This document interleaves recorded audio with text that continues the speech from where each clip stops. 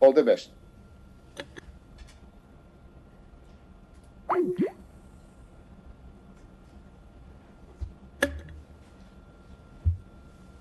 We're now going to move to testimony here in public and in the room. I do appreciate the opportunity to hear from Dr. Adair and get his perspective. But let me invite forward Jay Lund, who will address the topic of water infrastructure in California. Dr. Lund is the Director of the Center for Watershed Sciences at the University of California at Davis, and we welcome you. Thank you very much. It's a pleasure to be here. I'm going to try to run through very briefly. See if I can get a mic for you. Yeah. Okay. Try to run through very briefly an overview of California's water infrastructure. It's an enormous topic. So I like to lead off with this slide because this represents about how much most people know about California's water system. And even people that spend their entire career living inside of that box only know a small part of it. It's a very complex system. As the previous speaker reminded us, we have both water and wastewater sides of all this. So we have a very complex system with lots of different uses in lots of different places. California is a very diverse place, as you all know. And each of them has unique water problems as well as the common water problems we all have.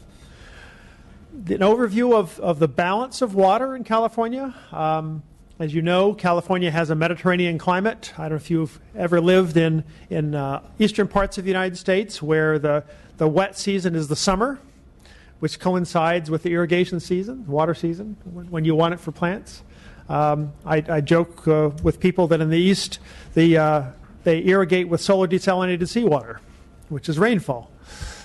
Here, we don't have that. We have a worse drought every year than the eastern coast has ever seen since the Ice Age. In addition to that seasonal mismatch of water supplies and demand, you can see on the maps here that where the water is and where the water demands are for agriculture and for cities are in different places. And the map on the right sort of shows that what that qualitative is in a quantitative way. So where that water is and what we use it for in different places. So most of the environmental uses are up on the north coast, a bit in the Sacramento Basin, teeny tiny bit in the San Joaquin. Our water uses grow further south in particular. You'll see a couple of basins where the demands exceed the water availability. And what do you do there? There's two things you can do. You can bring water in from someplace else, or you can overdraft groundwater. And in the Tulare Basin, we've been overdrafting groundwater by 1 or 2 million acre-feet a year, as well as bringing in new water from outside. Colorado River Basin, we bring water in from the Colorado River. Southern coast, for the predominance of the urban water use, we bring water in from the Colorado River, and we bring water in from the Sacramento River. So we have quite a balance that has to be maintained in lots of different areas for lots of different purposes. Under wet years and dry years, lots of different year types as well. So to manage all of this, we've built infrastructure. We have a very extensive infrastructure system, not only for water supply, but also for floods, because we have, as I'm hoping that the climatologists will remind us, tremendous variability between wet years and dry years. We have some of the longest droughts that you'll see in the United States in general, and we have some of the biggest floods. It's quite remarkable. It's a great place to be a water engineer, I must say. We also get about 15% of our electricity from hydropower, which is unusual for the United States. We have a long history of developing this infrastructure. The map, I think, illustrates how widespread this infrastructure is and how interconnected it is. The colors on this infrastructure indicate the different owners. So while we have a very large and somewhat unified infrastructure system operationally, it's owned by a lot of different people. It's operated for a lot of different people and a lot of different uses. And somehow these all have to come together in an operational time setting under wet years and dry years and for different policy purposes. So we have to of course, this all has a long history, a very colorful history. I recommend readings. It's kind of pleasant to read. Gives you some hope that you can make changes in this very complex water world. This is a system that I think both unites the whole state in a common water problem, common water management interests, and it also provides a lot of opportunity for conflicts. But I think overall the state benefits from sharing these resources and the burdens of managing water than than it would if it didn't have the system overall. The success that we've had with this infrastructure and managing water for economic purposes, both urban and agricultural, has come at a definite cost in terms of environmental purposes. You can see the huge number of river miles that used to be salmon habitat, particularly spawning habitat, that are no longer accessible due to the dams and levees that now prevent fish from getting out onto floodplains or accessing higher elevations. We've lost also about 95% of the wetlands, although for the waterfowl, many of our rice fields in the Sacramento Valley provide some kind of habitat for them as they move up and down the system, cross countries as well. Despite really 20 or 30 years of increasingly intense management of water for environmental purposes, the chart on the right illustrates, I think, the increasing problems we still have keeping the native fish going. So even in the last 20 years, we've really lost about half. We now have about half the number of fish species that are in good condition as we did before. We've doubled the number of listed species, but fortunately haven't made any extinct. We have a tendency to manage the environment for fish that are already in the intensive care unit, that are already in pretty bad shape, and not to get out ahead of these problems and really systematically manage for many of these species before they're in bad shape. And I think we see this particularly during droughts, when they're already in the intensive care unit and we add a drought on top of it. We have a lot of drivers of change in this system. California, if you look at the history of California water, people have always complained about it. People have always said, well, things are so bad, but we can't change anything because of a long list of reasons. But when you look at the history of California water, you see, oh, we do make a lot of changes over time. And that's, I think, is still the case today. For 100 years, nobody said you could have groundwater legislation in California, and last year we did. So some big changes can happen, and sometimes they happen unexpectedly. We have quite a lot of drivers of change that are going to continue to push things along. We have, obviously, climate change of various different sorts. We have sort of deterioration of the system in some ways. Accumulations of contaminants, salts and nitrates in groundwater still have legacies from the mining era. Groundwater overdraft is an area, I think, of long-term concern, and we now are on a path, I think, to work on that. Earthquakes are a threat to much of our infrastructure. We've I think, mostly prepared for those kind of eventualities. The Sacramento-San Joaquin Delta remains, I think, a very important and central dilemma and problem that we have in many ways for the system. We have a lot of economic and demographic changes. The changes in the structure of California's economy really change our water demands and how we should be managing water. Globalization of the agricultural market has led to us having 1/3 of our irrigated agriculture is now in permanent crops. These are far more prosperous, far more profitable for the farmers and the farm workers. They generate a lot more jobs, a lot more rural income, but they also mean that we have to pay more attention to groundwater to keep those crops going during droughts. Ecosystems, I think, is one of the main areas where we're really being driven to make changes because we haven't really, frankly, learned how to manage it very well and need some more attention. Science and technology are changing. Certainly where I work, that's one of the things we like to do in good ways, but also we're adding new chemicals and things like that always provide us with new water quality concerns. Just to touch on the drought that we're hopefully emerging from, but we won't know this for some months. 2014 was the 8th driest year in the Sacramento Valley in terms of precipitation, but was the 4th driest year in terms of runoff. The San Joaquin Valley and the Tulare Basin were similarly dry. How do you go from the 8th driest year in terms of precipitation to the 4th driest year of runoff? It was because it was a warm drought, and so we had a lot more loss, I think, from evapotranspiration off the watershed before it got to the rivers. In terms of agriculture during this drought, this is for 2015, we had almost a 9 million acre-foot reduction in surface water deliveries to agriculture compared to normal years. Farmers responded to this in very smart ways, mostly by pumping groundwater. It's a huge reservoir down there, and they used it to good effect. So about 70% of the losses of surface water were made up for by pumping additional groundwater. And so it's a good thing we're starting to manage groundwater, because we need to keep that resource around for droughts and prepare for it for droughts to keep our modern agricultural economy going. This still left about 2.7 million acre foot of shortage. That's about the equivalent of, it's almost 3 fulsome reservoirs, if you will. This goes into the gory details a little bit more on the numbers. We lost about a third of the water supply for agriculture in 2015. We almost doubled, came close to doubling a bit. The groundwater pumping is a way of replacing some of that. We ended up with about a 10% loss of deliveries of water to agriculture, even after making up a lot of it with groundwater pumping. So we ended up idling about 6% of the irrigated land, about 500,000 acres. Because farmers are pretty smart, they dedicate the water that they have to the most profitable crops. And so the loss in profits and the loss in jobs is less than the loss of water deliveries. So I want to really highlight that out. Because of farmers being smart and using groundwater, we went from a 1/3 water loss to a 10% water loss. You allocate that in fairly smart ways, improving some irrigation efficiencies in places, stress irrigation elsewhere, further reduce the damages by fallowing only 6% of your irrigated land, and then because of the crop selection, where you water and where you don't, you have maybe a 2.5%, 3% loss of revenues.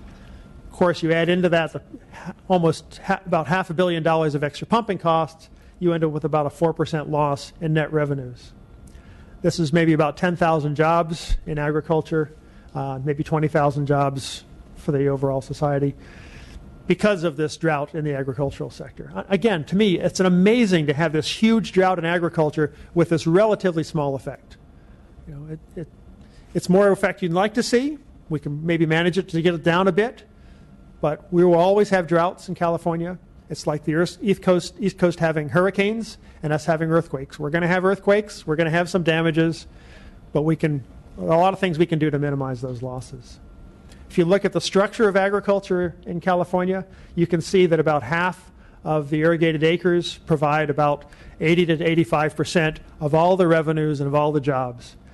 In terms of droughts, if we have proper water markets, this is wonderful, because we can absorb that terrible drought with relatively little damage. And if we do it by water markets, we have a way of helping to compensate the senior water right holders that have low value crops for accepting some of the shortage and letting more profitable crops receive that water.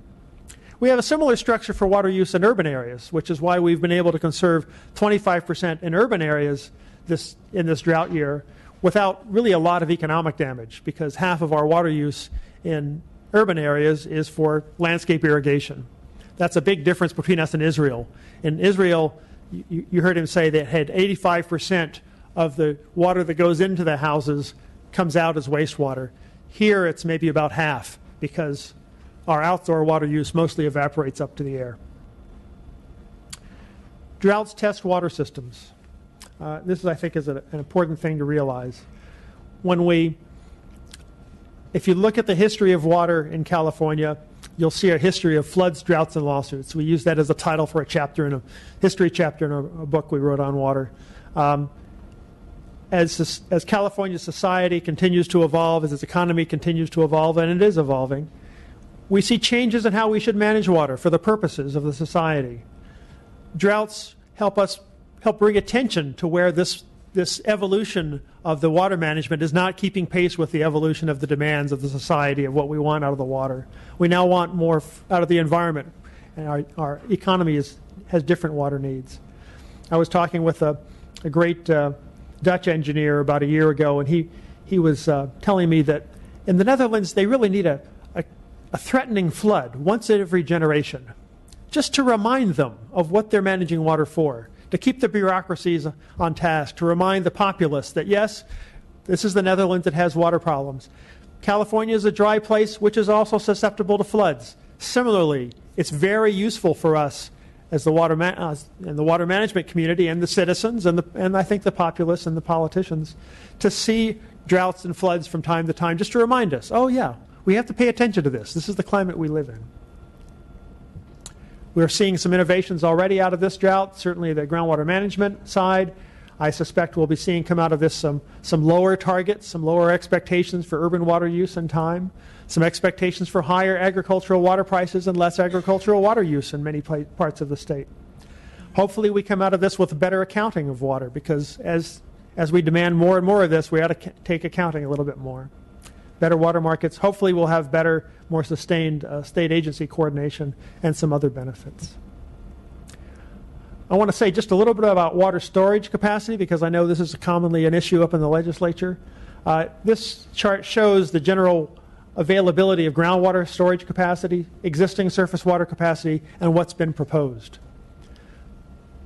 Just to give you a little bit of a sense of what goes on in the water storage area. Groundwater is actually more important than surface water in storage today. It has far more capacity. Surface storage has a little different characteristics. Of course, it's very important. Most of the storage that we've already built is the most effective storage we're going to build. The places that we're thinking about building additional surface storage in particular, but also groundwater storage in some places, are not the best places in the state to build storage. The best places in the state to build storage already have reservoirs there.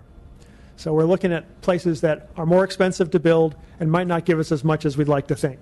So storage is going to be an important part of the effort in the long term, but it's not going to be a magic bullet by any means.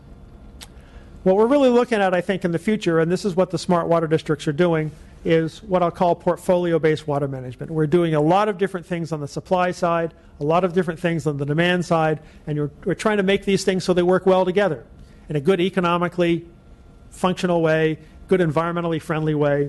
And we're going to need to have a lot of incentive policies, because we have a very decentralized water system. We're not like Israel that has a very small system, very centralized. We need to be able to herd the cats a little bit on this, and we have lots of pricing and marketing and my end of the business education things I think that can help. Resistance is futile. You'll hear a lot of people talk about how they can't change things in California water. Well, here's 10 things that I would wager are things that are inevitable over the coming decades. Some parts of the Delta are going to be lost to flooding. It costs more to maintain some of the islands, most subsided islands, than they're worth. We're probably going to see reduced diversions out of the Delta because of environmental reasons, because of scarcity regions, climate change. This is in large part, along with the greater management of groundwater and the elimination of overdraft, going to lead to some reduction in irrigated land south of the Central Valley, maybe 500,000 acres or 1 million acres or so. We'll see less urban water use because if you look internationally, even for particularly for dry climates, California uses a lot of water per capita in urban areas than compared to other places. Some of the native species are probably unsustainable in the wild. This is a great dilemma for us given our legal context. Solutions for these problems are mostly going to be local and regional. More than 80% of all the money spent on water problems in the state is raised and spent locally and regionally. It doesn't come out of the legislature. It certainly doesn't come out of water bonds. It doesn't come out of the federal government. And given the financial conditions of the federal and state governments, I suspect that's a trend we should rely on. The state's leverage really in this is mostly regulatory, not funding. Trying to find ways in particular to make regulatory, environmental regulations more effective and more long-sighted, I think. Another area we're going to have, I think, inevitable change is nitrate contamination in groundwater for rural areas, in particular, rural individual households and small communities that depend on groundwater. Every part of the world that has commercial agriculture has a nitrate contamination problem in groundwater. This is a major problem for the drinking water supplies, but it's one that can be overcome with a modest amount of money. We just have to organize ourselves to do it. Groundwater is going to be managed more tightly in the future. We're on track, I think, with that with SGMA. And the salt and sink is going to be largely, or at least somewhat, restored. Again, the bottom line is we're not going to be able to drought-proof California. We're a dry place with a lot of people, a huge economy, a lot of agriculture, and we want to keep the native species around. If you compare us to most other Mediterranean climates around the world, including Israel and Australia, I think we do relatively well on all four of those objectives, given our climate. But we should do better still, of course. So in the future for California water, we're going to continue to have a dry Mediterranean climate. We're going to continue to have droughts.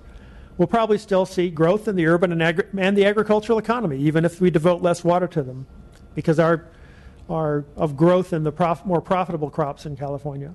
We'll see more portfolio-based water management, which is a very rich mix and hopefully a thoughtful mix of water management activities.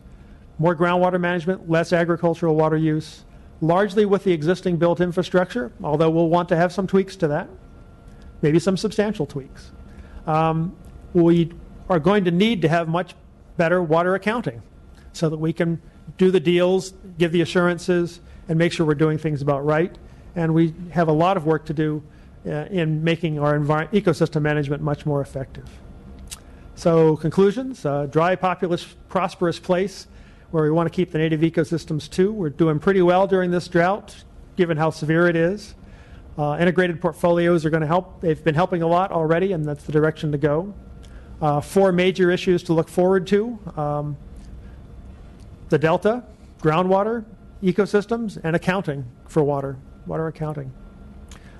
Droughts and floods remind us to change and to prepare. And then some further reading in case you're interested in the history of water. Great. Thank you very much. Let me start with a couple of questions. One, you talked about how the agricultural sector, that farmers had been fairly smart during the course of this drought. And it said that one of the things that they had done to be smart was use groundwater. But there's a limit unless we replenish that. And so is that a short-term smartness? And do we need a longer-term intelligent approach? Well, I think it's a short-term smartness. And what we need to do in the long term is make sure that that's smart recourse during a drought is available to them in the long term. And that's going to require, I think, following some of the lower value agricultural land to make more water available during wetter years for recharge so that we keep that around and keep those groundwater basins in balance. Okay. Also, you talked about the system in California we've relied on importing water, the Colorado River. We've relied on the Sierra Snowpack being a huge reservoir for us, and built systems for both of those. But as you pointed out, there are multiple owners of those systems, and can you comment a little bit about? I mean, I guess it works because people are coordinating, but does it work well, or is that something we ought to be thinking about also? I came here from the East Coast, and when I started to look at California water, I couldn't believe how well it works, given how fragmented everything is. And there's really some advantages to the fragmentation in that everybody gets heard. So it's very hard to neglect an interest in the system. And the fragmentation, particularly, or the decentralization, particularly at the local level, provides a lot of resources and authority for local governments to innovate. And so we see tremendous amounts of innovation coming up from the local governments and the regional governments. And so I think, and if you look at the past 20 years or so, really since 1980 or so, almost all of the major innovations, and there's been a lot of very effective innovations, have come up mostly from the local and regional level, sometimes getting the state to help them out. Where this decentralized system really suffers is if we want to make large-scale, statewide, strategic decisions, because we have to get all the little tribes to come in to agreement.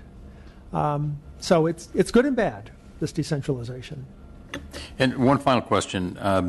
You talked about some of the drivers of change, a chart up on that slide. And one of the drivers you said was technology. What do you think, where are the technological advances that are going to help us? Can we predict any of those, or are we seeing any of those now? What would those look like? Well, I think we should technologically have a much better ability to do water accounting than we've traditionally relied on. We should have a much better ability to monitor stream flows, to estimate crop water use, to estimate return flows, to estimate how much water is available in groundwater. In the shorter term, I think our forecast horizon for floods coming along for reservoir operations is extended by a few days now compared to what it was some years ago. And that's, in some places, particularly here, that's worth quite a lot. So we'll see some good things come out of that technology, and hopefully, particularly, I think, for these conversations, our ability to muster information and good water accounting to let people know, here's the facts on the ground, here's what's really going on, and then we can discuss it with a lesser amount of folklore involved in the conversation. Yeah, great. Well, thank you very much. I really appreciate your testimony. You're welcome. We will move to our next presenters. Our next topic is the drought, the new normal. And let me invite forward Ellen Hannick and Noah Diffenbaugh. Ellen is with the Public Policy Institute of California, and she is director of PPIC's Water Policy Center. Dr. Diffenbaugh is associate professor at Stanford School of Earth Sciences and a senior fellow at Stanford's Woods Institute for the Environment. And let me welcome both of you, and we'll take comments first from Dr. Hannick, and then we'll hear from Dr. Diffenbaugh.